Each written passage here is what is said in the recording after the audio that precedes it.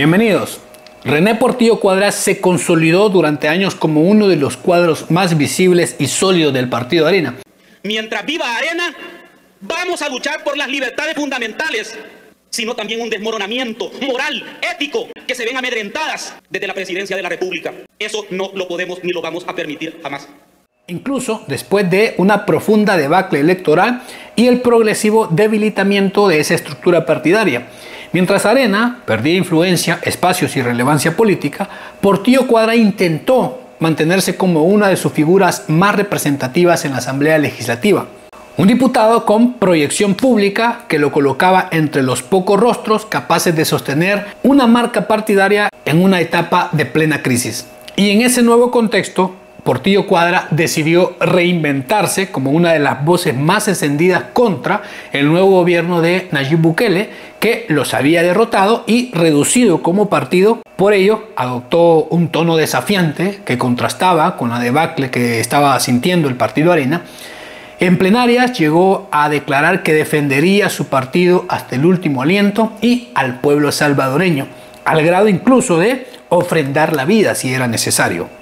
No te vamos a permitir, Bukele, más amedrentamiento, ni a nosotros ni a nuestra familia. Vamos a ofrendar la vida, si es posible, pero no te vas a llevar ni el país, ni tampoco el futuro de nuestra familia y de nuestros hijos. ¡Dictador! Con una convicción casi épica, como si el país hubiese estado aguardando precisamente su cruzada. Lo hacía porque era el jefe de fracción y necesitaba demostrar fortaleza política en medio de una crisis. Su retórica se volvió cada vez más dura, más chocante, elevando el volumen en cada discurso, aunque el eco político de Arena ya no fuera ni la sombra de lo que alguna vez fue. Un gesto heroico o, para algunos, un esfuerzo tardío por mantener vivo un protagonismo que el electorado ya había sepultado. Por cierto, Portillo Cuadra nunca ofrendó su vida, obviamente. Peor aún, huyó muy temprano antes que cualquier investigación sea aperturada. A pesar de haber construido un discurso combativo y gritar con fuerza, presentándose como un defensor incansable de Arena y del pueblo salvadoreño, Portillo Cuadra terminó protagonizando una retirada que contradijo por completo aquella épica política que tanto proclamaba. Huyó del país aún sin tener investigaciones abiertas ni procesos judiciales en su contra. Solicitó un permiso allá por julio del 2023 sin goce de salario, que pronto se transformó en una ausencia prolongada justo cuando empezaban a discutirse auditorías y revisiones internas de gestiones pasadas. Su salida hacia los Estados Unidos, envuelta en silencio, prórrogas y cero rendición de cuentas, terminó pareciendo más una retirada estratégica que una licencia temporal. Al final, su promesa de mantenerse firme en la lucha se desvaneció, se descalabró, igual que un soldado que abandona el campo antes de escuchar el primer disparo. Mucho ruido en los discursos, pero muy poca presencia cuando tocaba dar la cara. ¿Por qué el jefe de fracción Portillo Cuadra no se ha presentado a la Asamblea Legislativa? Bueno, esas explicaciones las tiene Junta Directiva, ya él hizo llegar una nota y creo que son cuestiones personales de familia, y de eso sí no podría darle respuesta porque él ya presentó una nota y entiendo, tiene un permiso sin goce de sueldo. Para finales del año 2023, vencido su primer permiso, envió una nueva solicitud para continuar ausente, pero era más que evidente su abandono total del cargo de diputado, dejando así a Arena descabezado, sin su jefe de fracción y mostrando una fractura más complicada en el partido. Sus colegas mantuvieron el hermetismo, pero sabían que Cuadra había huido dejándolos huérfanos. Meses más tarde surgieron imágenes en las redes sociales que confirmaban que René Portillo Cuadra, aún oficialmente diputado, era visto en los Estados Unidos paseando tranquilamente en un parque de California, mientras su curul en la asamblea estaba vacío ya por varios meses.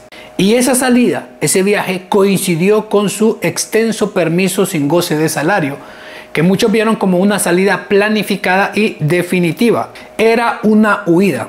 Y esto evidenció que lo único que había ofrendado fueron todos sus discursos que estaban grabados. Todas sus palabras no eran más que retórica vacía. Al final resultó ser tan frágil y efímera como los eslogans de campaña.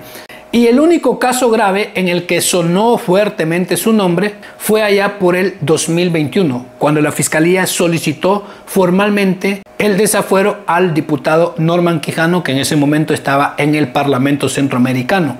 Esto por su participación en negociaciones con las pandillas durante la campaña presidencial del año 2014. Y un reto, una afrenta a la institucionalidad desde la presidencia de la República y de quienes le hacen los mandados a él.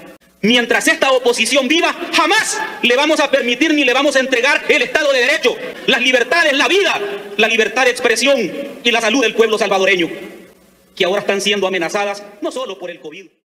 Ante estos señalamientos, la Asamblea conformó una comisión especial de antejuicio que concluyó con el desafuero de ese diputado para que continuara el proceso penal por la Fiscalía. Aunque su ex compañero de partido, René Portillo Cuadra, no era objeto de esa investigación, muchos en comentarios consideraron que debía ser también investigado, pues en esa campaña él era el candidato a la vicepresidencia, es decir, la mano derecha de Norman Quijano, con quien compartió los planes de gobierno, las reuniones con muchos sectores, decisiones, incluida aquella de negociar y financiar a las pandillas. Por eso muchos lo veían como un perfil, uno de los rostros visibles que posiblemente estaban plenamente involucrados en esas negociaciones de Quijano. Y ahí fue cuando la presión no solo se quedó en el nombre de Norman Quijano, sino escaló a muchos otros de su círculo íntimo en esa campaña. Y cuando este caso avanzó hacia instancias judiciales, su defensa incluyó a René Portillo Cuadra en las listas de testigos que podrían aportar contexto sobre la campaña presidencial que ambos compartieron y lideraron en el 2014. Sin embargo, Cuadra nunca compareció ni en la Asamblea, ni en las comisiones,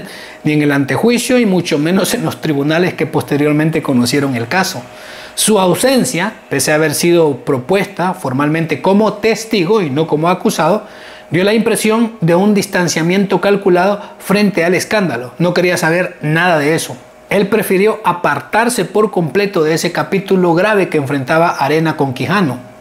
Mientras el proceso en contra de Norman avanzaba entre controversias, Portillo Cuadra optó por el silencio y la distancia, en lugar de dar la cara en un caso que inevitablemente rozaba su propia participación política. Meses después, su repentina salida del país coincidió plenamente con el avance del proceso en contra de Quijano, alimentando la interpretación de que quizá prefirió evitar cualquier eventual involucramiento o señalamiento colateral. Y estaba claro, más que un simple permiso sin goce de sueldo, se veía la huida preventiva, una forma de desaparecer antes de que el caso pudiera tocarlo políticamente. Nuestro candidato a la vicepresidencia de la República. Agradezco profundamente al doctor Portillo Cuadra su valentía y patriotismo al acompañarnos en este duro pero estimulante reto. He aceptado esta candidatura con la fe puesta en Dios y en los más altos anhelos del pueblo salvadoreño, de que este país tiene que ser un país mejor. Y en el punto judicial contra Norman, la Fiscalía, en su ausencia, le giró orden de captura por las negociaciones con las pandillas, que posteriormente llegó a una condena. Ese momento marcó un quiebre político, el caso dejó de ser un simple escándalo partidario y se convirtió en un proceso penal de alto calibre. Para figuras cercanas, como René Portillo Cuadra, quien formó parte de la fórmula presidencial, la señal no podía ser más clara. Con una acusación de ese tamaño encima de su ex compañero de lucha, de campaña, de partido, y con un caso judicial ya en desarrollo, Portillo Cuadra entendió que todo eso para él era un terreno minado, y antes que exponerse a cualquier riesgo, optó por desaparecer silenciosamente de la escena, demostrando que sus discursos de firmeza duraban hasta que la realidad se ponía verdaderamente seria en los tribunales. Mientras en El Salvador la oposición se desmoronaba, él reapareció muy tranquilo caminando en un parque de California, dejando en evidencia que él había optado por un retiro anticipado lejos de los tribunales y la Asamblea, sin procesos judiciales, sin señalamientos formales y, por supuesto, sin la presión de tener que cumplir sus propias promesas, ofrendar algo, ¿no? Irónico para quien decía estar dispuesto a ofrendar la vida hasta el final. Al parecer lo único que realmente ofreció fue el discurso, porque la lucha se le agotó justo cuando se giró orden de captura contra Norman. Y así terminó políticamente la historia de Portillo Cuadra, una salida silenciosa que para muchos fue en realidad una huida elegante antes de cualquier intervención. En él los areneros habían depositado su fe, expectativas, esperando que fuese uno de los pocos capaces de liderar este partido en su peor crisis y encaminarlos hacia un eventual resurgir. Incluso lo pedían hasta para alcalde. Pero Portillo Cuadra eligió otro destino, muy bien financiado. Empacó, voló hacia los Estados Unidos y comenzó una vida cómoda, lejos del colapso político que dejaba atrás. Mientras Arena seguía hundiéndose sin dirección, su supuesto referente optó por abandonar el barco antes de naufragar, demostrando que su compromiso con la reconstrucción del partido era tan frágil como las promesas de ofrenda que hacía Portillo Cuadra. Y así, cuando el barco del partido Arena comenzó a hundirse, Portillo Cuadra no solo abandonó la nave, agarró el último salvavidas, los bolsillos llenos, empujó a 2 o 3 más para abrirse espacio y remó tan rápido huyendo hacia los Estados Unidos que ni las ratas podían alcanzarlo y mucho menos la justicia salvadoreña. Pero bueno, saque su conclusión, déjenla en los comentarios. Muchísimas gracias por apoyar siempre los videos, el contenido y por llegar hasta el final. Se le aprecia, cuídese mucho, nos vemos. Hasta luego.